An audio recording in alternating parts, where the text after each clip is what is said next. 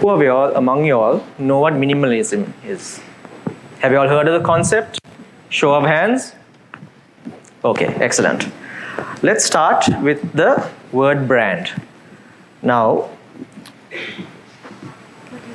there are these three definitions, one from Wikipedia, one from whatis.com, and one from Business Dictionary.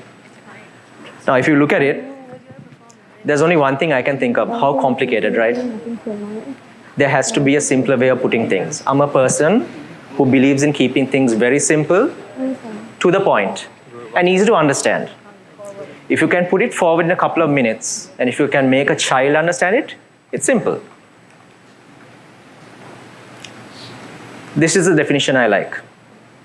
It's the personality, the image of a product, a business, or an individual person. I'm sure everybody knows who Beyonce is, right? Now that's a brand. So now, the brand I'm going to talk about is you. Now, I'm going to try and not talk about myself as much. I'm going to go through a few things with you, and I'm going to use a few examples that I have experienced in my life. Life and work all depends on one thing and one thing only, which is also the most valuable commodity we have. We don't have much of it. We know it's going to run out at some point. We are going to run out at some point, and we have to make the maximum use of it. You all know what it is? It's time. How many times have you heard the words time is money? Exactly. So some people will tell you what's the most important thing in a business. They'll say money, but it's not. It's time. Your money will depend on your time, you depend on your time, your clients depend on your time. So this is the way you work with time. How you manage your time will define how efficient you are, how you finish your jobs, how effectively you reach your goals. Your efficiency will in turn define your productivity, how fast you got it done, how well you got it done. That in turn will define how you met your deadlines. Did you deliver your product on time? Did you deliver to your client on time? Did you satisfy your clients on time? Did you reach that goal? And the last point, supposing you didn't reach your deadline for some reason or the other, something that you didn't plan for. You didn't reach it and you had to rush it in the end. Either you had to stretch the deadline, which means you failed, or you had to compromise on quality by rushing it, which means it's not a good product or brand at the end of the day. That's your goal. Now, I started freelancing roughly at the age of about 21. I was basically on a very traditional path. I was taught, do your O-levels, do your A-levels, do your degree. Then if you can do something a bit higher, of course, degree was quite a good achievement back in the day. I'm not that young. Yeah.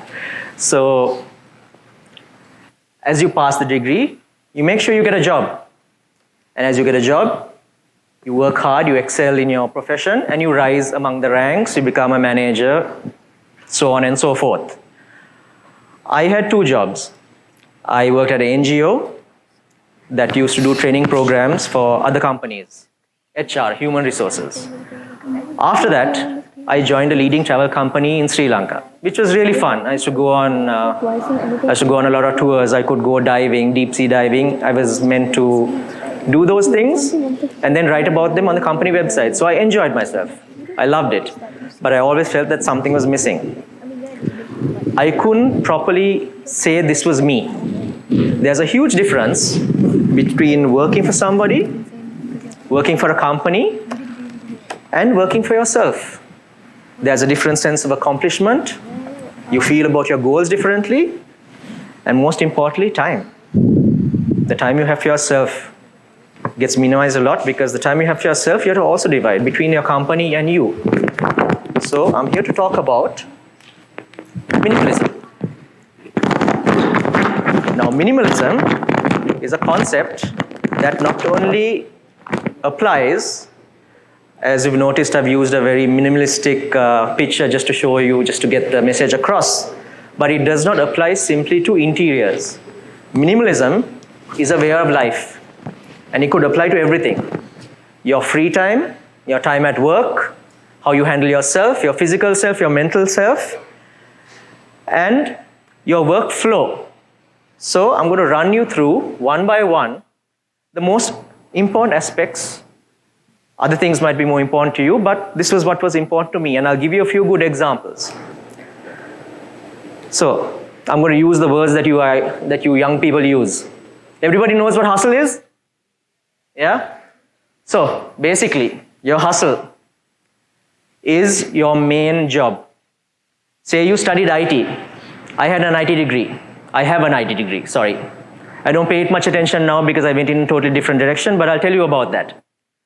So your hustle is anything you've studied or you practiced long enough to become an expert at, and you decided to make it your main mode of income.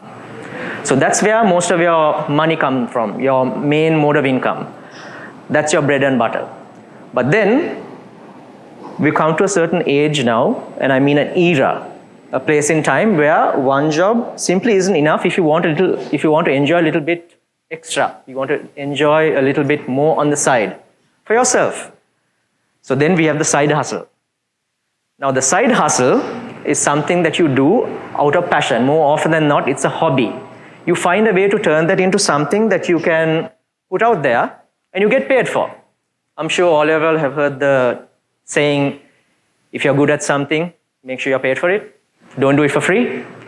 So that's exactly what I did. I liked art, and I liked drawing Ninja Turtles. Yeah. So I had to figure out a way to twist that into something that I can make money out of. So I like drawing. How do I combine my IT degree and my drawing into something that would work? Graphic design. Use a computer to draw, create something, be creative. That was my side hustle. So I had my main job, which was the NGO and the travel company, but I started doing little things on the side. I would make a logo here, maybe a little poster there. I would work out an internet cafe. We didn't have broadband back in the day, but I made ends meet. You know, you charge $1,000 for a poster, you spend $500 at the internet cafe.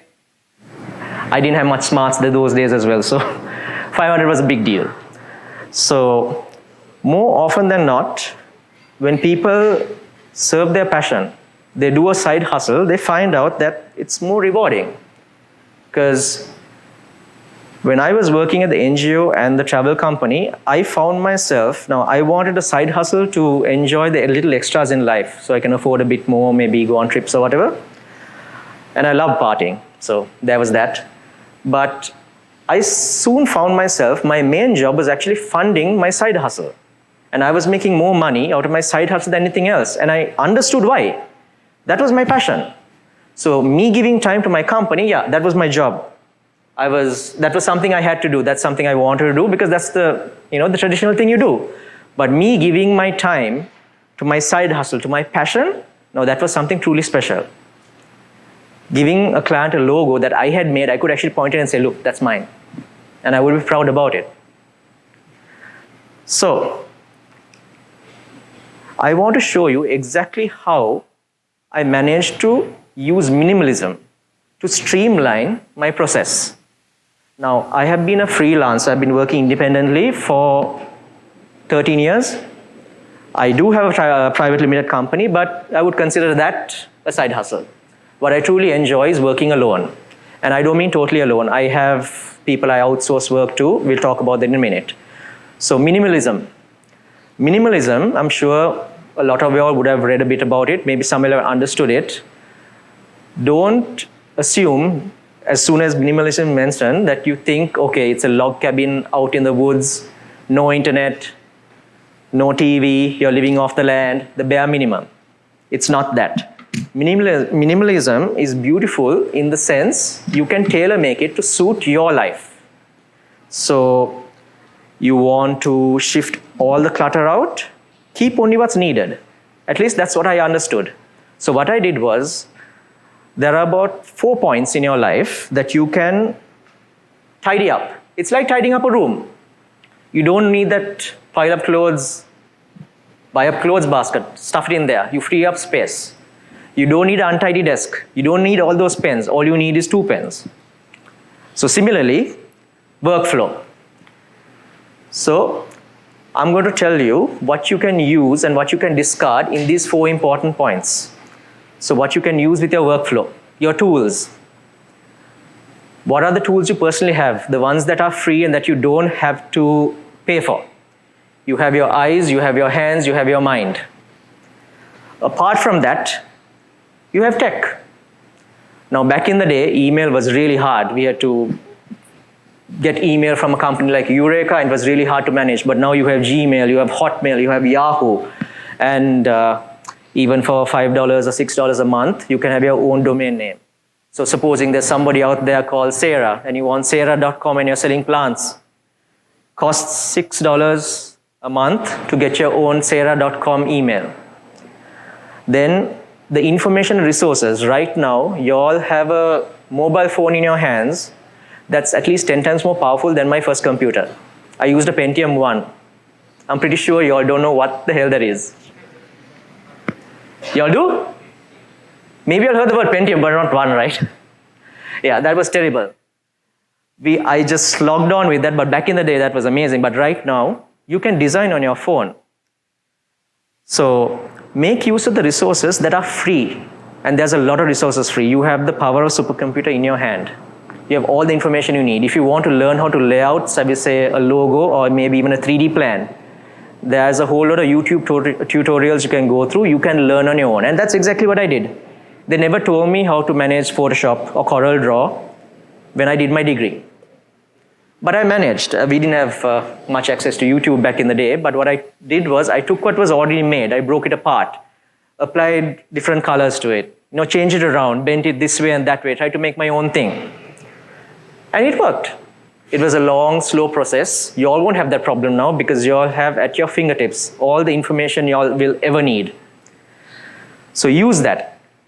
And the 4th point is efficient procedures. Now this is your discipline. This is your personal discipline. Nobody can teach you this. They can advise you, but what you need to do is, you need to discipline yourself. You need to set aside some time. What you do, what you don't do, what you do at this time, what you don't do at another time, set aside your free time. If you want to be somebody in life, it's a given. You have to pay your dues. You have to make sacrifices. So maybe you have to miss that favorite show. Maybe you have to miss that game of basketball that you really wanted to watch. Maybe you wanted to miss that martial arts tournament that you wanted to be a part of. But put in a few hours now. You will thank yourself for it later. Then let's touch on the things that you shouldn't use. Long-winded meetings. This is something that Elon Musk is very passionate about. He once stated, if a meeting has nothing to do with him, or it's a meeting that he doesn't have anything to contribute to, he doesn't want to be there. And his fellow directors hate him for it. But what he says is, the hours that I spend in long-winded meetings, I can put to good use somewhere else. Suppose he can finish the technical drawing. Suppose he can come up with new ideas. Isn't that better for the company? Isn't that better for him? And who can argue with Elon Musk right now? Yeah? He's a self-made man. Then, pointless discussions. Now, this is something I personally try to run away from. And us being in Sri Lanka, we are famous for this. We love our meetings. I recently went, well, not very recent, let's say a few years ago, I went to one of Sri Lanka's, I would say, biggest companies. It's a holdings company. They have several companies around Sri Lanka and abroad as well. They appointed a 6-man committee to help me build the website. Now, I was wondering, why does it take 6 people to build a website? Because I've done that using myself and my coder. So each of them have input as to what it should look like and what it should act like. So now all I could think of was, why couldn't you guys each use a piece of paper, put down the points that you want addressed and hand it to me? We spent half a day there, wasting each other's time, which could have been put to better use. So that's something you need to keep in mind, and overcomplicated procedures. Instead of just going from point A to point B, we love to go around in circles. We love to pass the buck. Why didn't this get done? Oh, it's her fault. It's his fault. He didn't do this, so I couldn't do this. Simplify it. Minimize it. Get this done, move it on. Or get several people working on several modules. If there is a component-based system, get each person to work on a component on their own, bring it together. It's a minimized process. You save time, and time is money. And more than that, it's your time. Something that you'll never get back. You can earn money, you can't earn time. It's gone. Once it's gone, it's gone. Then let's talk about people. Now, this is something very, very important. Unfortunately, or maybe fortunately, because now the lessons have been drilled into me.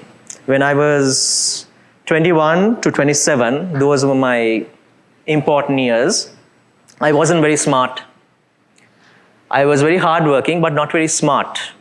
So a good tool is only as good as the person who uses it. So I was my own tool, but I didn't make very good use of my time. I wasn't efficient, I wasn't streamlined, and I was still discovering minimalism, so I hadn't applied it to my practices. One thing I actually learned, and which I follow to this very day, I am very, very paranoid about this. You have to be careful about the people you surround yourself with. These are the people whose qualities you will pick up, whose qualities you will share with them, and the people whose ways and habits will rub off on you. So, keep the people, the doers.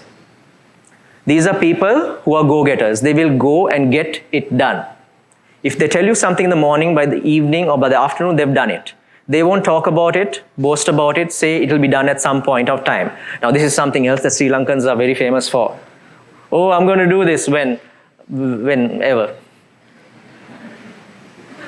Yeah, exactly what I used to hear and exactly what I used to say. I will admit that. I had huge plans, but I didn't have a plan that I could put down and follow to the letter. If I had done that, I would have reached my points much faster. The focused. People who don't get easily distracted. Somebody who sets themselves a goal, looks at it, and doesn't look anywhere else. These are people who will make it in life because they are driven, they're ambitious, they know what they want, and they're going for it. The experienced. These are people who you can get advice from. These are people who can go and ask, how did you do it? Can you teach me how? And as time goes on, you probably have access to better tools. Now, I didn't have as powerful computers or as powerful smartphones. Now they have those tools. There's somebody out there who can actually teach you how to use them. Even if you take a YouTube video of YouTube, there is an author, somebody who recorded and put that up. So you're more or less learning from him. These are experienced people who are sharing their knowledge. Make use of these things. The veterans, these are the old hands, people who have been in the industry for a long time. I can't call myself that here, and a few more goals to reach before that. But these are people who have been there, done that. Now these are the best people to get advice from. And I'd like to stress upon the fact that you have to be very, very careful about who you take advice from. I'll touch on that. And then the motivators. These are people who encourage you. Now my best friend is a lawyer. And I used to tell him all my big plans. I was going to be a designer, I was going to be famous, I was going to do this, I was going to do that. I could see the skepticism in his eyes, but he never said, do you want to maybe rethink this? No, he was like, you know what? You do what you have to do. I'll be there if you need me. And every time I felt bad about what I was doing, I felt tired and I was like, I want to give this up. I want to get my third job and this time stick at it. He was like, no, I believe in you. Do it. So it doesn't have to be somebody in your field. It doesn't have to be somebody who's doing the same thing you're doing. You just have to have a good support group around you. It could be your girlfriend, boyfriend, wife, your partner, your family. It could be anybody. But you need to keep those good people near you. That's good energy. And you'll see the importance of it as you grow. Now, these are people you need to get rid of. The talkers. There are people who talk a lot. They deliver very little. Now, they're easily spotted. They're very easily spotted, right? They talk a lot. Give them a deadline, they don't know when. You know that's a talker. The distracted. They can't focus on something. To achieve a goal, you need to focus on it. You need to make it work. You need to keep your mind on the problem. But if they're constantly going in different directions, you know it's not going to happen anytime soon. Sorry. The inexperienced. This is another this is another sort of a talker. They become overnight experts. I'm sure you've bumped into them. One of the jobs I took on this was something that I took on purely out of curiosity because I've never done it before. I work a lot with the nightclubs in Colombo. I do their PR, from their logos to their menus and to their social media. One day this person comes up to me and says, look, I have property. I have a space, I have the money. Can you build me a nightclub? So my first reaction was, okay, I don't want to be dealing with this kind of money. It's not mine. I can't take the responsibility. But I was like, you know what? I had to grow up at some point. I took it on. I built him the club. Overnight, him and his wife became experts in dealing with nightclubs. So I had built them a nightclub. I had handed them the nightclub. I had invited all the VIPs. I filled the club with people. It took them 3 months to go bankrupt because they had a lot of advice to give me on how to run a nightclub, and me being me back then, I didn't want to argue with somebody older than me. You know, we have that as well. So coming back to the point where I'll tell you who to take advice from, always take advice from people who are worth taking advice from. More often than not, older and wiser is not older and wiser. It's usually louder and wider. Okay, I've run into a lot of those. Okay, just because you're loud and just because you can project and you're arrogant doesn't mean you can listen to that person. Then there's this point called groupthink. Now, groupthink is who has read this book called Numbercast? Have you all heard of this book? There is a rising star in Sri Lanka. It's an author. He wrote this book called Numbercast. It's about how technology and social media and social rating is going to take over the world one day. How you're rated on how good you are on social media. So based on that, this point, groupthink, is when you surround yourself with certain people, there is a saying, you're the sum of the people you surround yourself with. So if you surround yourself with good people, you start thinking like them. Likewise, you surround yourself with bad people, you pick up their bad habits. But there's something else to be worried about. Now, say you keep company with a bunch of people who have your own interests at heart. Say they're part of the company that you're trying to build. Say you only keep company only with them because, you know, they want what you want. But at the end of the day, they have certain biases, they have certain prejudices, they have certain habits. Say they don't like working with a certain race. Say they don't like working with a certain age group. Maybe that wasn't you before, but you might pick up that habit. And that means you stop learning. Now, I have surrounded myself with people who are very different to me. So has the author of this book. Now, he introduced me this year at TedX Colombo. He said, I've allied myself with a person who builds nightclubs. I don't do that. He got that wrong, but still, it was fun to hear that. But he says, these people give me a viewpoint that I would otherwise not get. You need to hear those viewpoints. You need to hear somebody who's totally detached from your world of what they think of you and the work you're doing. It's very important because that's where you learn. You learn from people who are not you, who are not like you. The most valuable information will always come from people who are outside of your ecosystem. Then we have the envious, the resentful, and the saboteurs. Now we have a lot of this in this day and age. There are people who can't be happy unless you're unhappy. And they are very unhappy when you do better than them. There's a saying, people are not against you. They're just for themselves. But that's where resentment comes from. There are some people in this world who do not want to see you do as well as them or better than them. Some of them will actively make a move against you. You need to make sure you don't work with those people or keep them a distance. And more often than not, unfortunately, sometimes these people are so close to you, you can't help but keep them around you. Could be anybody. Could be a family member. I've had those. Okay, I grew up in a bit of a toxic environment. I didn't have support when I said I wanted to build my own business. I didn't get a positive reply. Because back in the day, you succeed by working for somebody. And you excel in that field until you're promoted and you can afford a nice car, a nice phone, and all the perks that come with it. But you need to either build a wall between yours and limit their access to your life, or you need to get rid of them altogether because they are detrimental to your progress and your growth. Then we have the demotivators. This is also part of what I spoke before. There are people who will just tell you, you're not going to make it. Stop working so hard, there's an easier way. Stop doing this. Of course, they change their tune when you succeed. Then, this is most important as well. We're talking about you, yourself. Now, working hard and moving forward in life is very important. And as soon as you start succeeding, and I am very guilty of this, if you're passionate, if you're driven, and you start succeeding a little bit, you find yourself going at such a pace there, you don't want to stop.